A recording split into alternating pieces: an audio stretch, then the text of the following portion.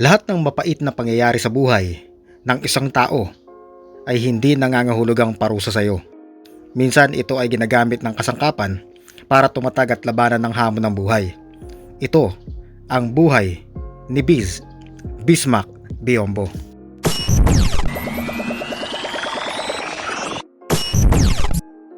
Si Bismack Biyombo Sumba ay ipinanganak noong August 28, 1992 sa Lubumbashi, Zaire na kasalukuyan ay Democratic Republic na ng Congo. Si Bismack ay pangalawa sa 7 magkakapatid. Kapareho ng maraming pamilya sa Congo ay nagsimulang dukha ang pamilya ni Bismack dahil sa walang trabaho ang ama nito na si François Biyombo. Bagamat ganun ang larawan ng kanyang pamilya ay hindi ito nagpapatinag. Iginapang sa pag-aaral ng mga magulang ang magkakapatid na Biyombo sa kabila ng hirap at kalam ng sikmura. Halos 1 oras sa paglalakad si Bismack makarating lang sa paaralan kahit pa walang baong pagkain at salapi.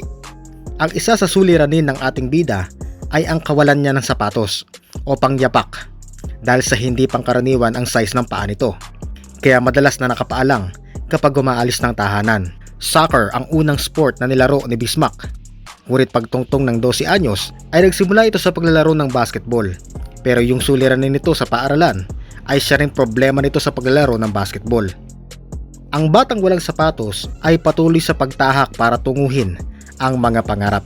16 years old nang magkaroon ng kasunduan si Bismack at ang kanyang ama dahil sa makikipagsapalaran na ito sa ibang bansa.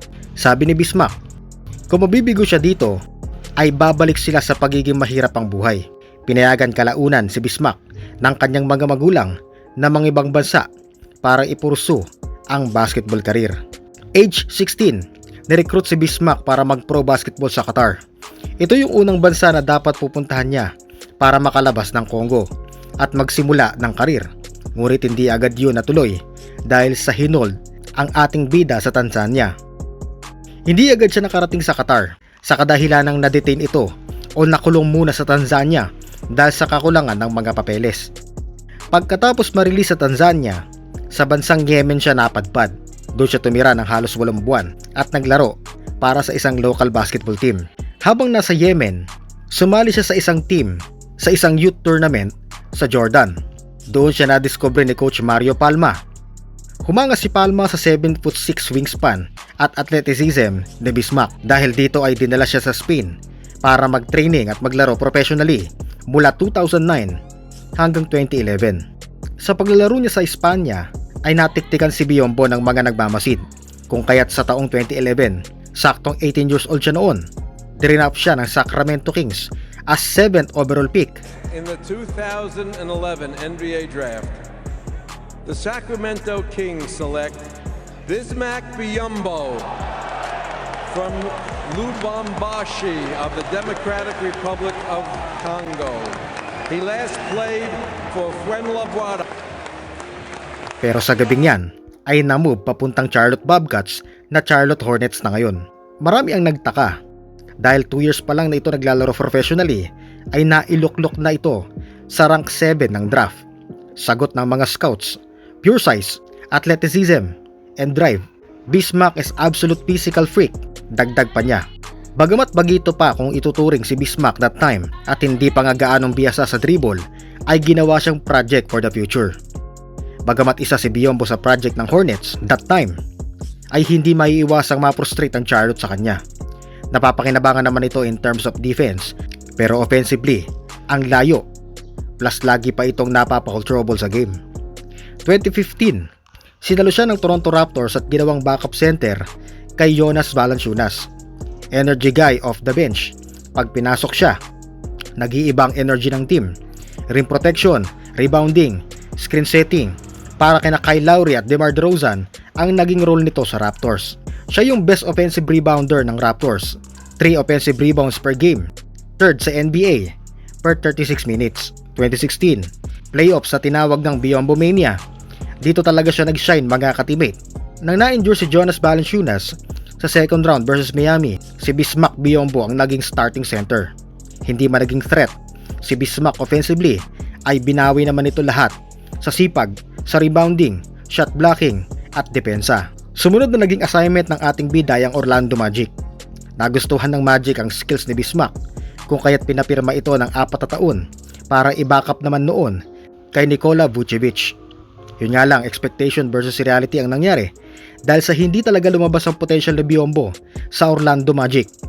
Ito rin ang inaasahan ng mga fans sa kanya. Unang-una ay sa sistema ng Magic na hindi nag-fit sa kanya. Bumalik si Biyombo sa Hornets pagkatapos ng 2 taon sa Magic at muling napakinabangan ng kanyang shot blocking ability at intensive defense. Nga lang, pagkatapos ng 3 taon ay nagpalipat-lipat na ng team ang ating bida. Napuntang Memphis Grizzlies noong 2023 at Oklahoma City Thunder sa sumunod na taon. Ang trades ni Biyombo ang isa sa kursunada ng Spurs kaya nag-sign ito ng 10-day contract pero kalaunay inabsorb na rin ng San Antonio Spurs at pinapirma ng 1-year contract. Sa kabila ng kanyang karera sa basketball ay isang matulungin at mapagmalasakit ito sa kapwa-tao. Taong 2021, dinonate ni Bismack Biyombo ang kanyang buong sahod para maisakatuparan ang pagpapatayo ng ospital sa Congo na alay niya sa kanyang yumaong ama. The wood is the place when the light enters you. Yan ang kwento ni Bismack Biyombo. Yung pain na pinagdaanan niya, ayun din ang naging purpose niya sa buhay. Hindi ka lalakas kung hindi ka nasaktan. Yung pinakamahirap na pinagdaanan mo, yun din ang magtuturo sa iyo kung paano tumulong sa iba. Yung gutom, walang sapatos, pagkakakulong sa Tanzania, yan yung wound. Pero dahil doon, naging motivation niya ito para makaalis sa kahirapan at tumulong sa Congo. Kung di siya nasugatan ng kahirapan, di siya magsisikap makaalis. Kung di siya nasaktan, di niya naintindihan yung sakit ng mga bata sa Congo ngayon. Kaya yung sugat niya, naging ilaw para sa iba. Lahat ng pangyayari mula sa walang sapatos, nakulong sa Tanzania, tapos naging stepping stone ni Biyombo ang Yemen para ma-discover siya. Kung hindi niya pinagdaanan yun, hindi niya maaabot ang tagumpay na tinatamasa niya sa kasalukuyan.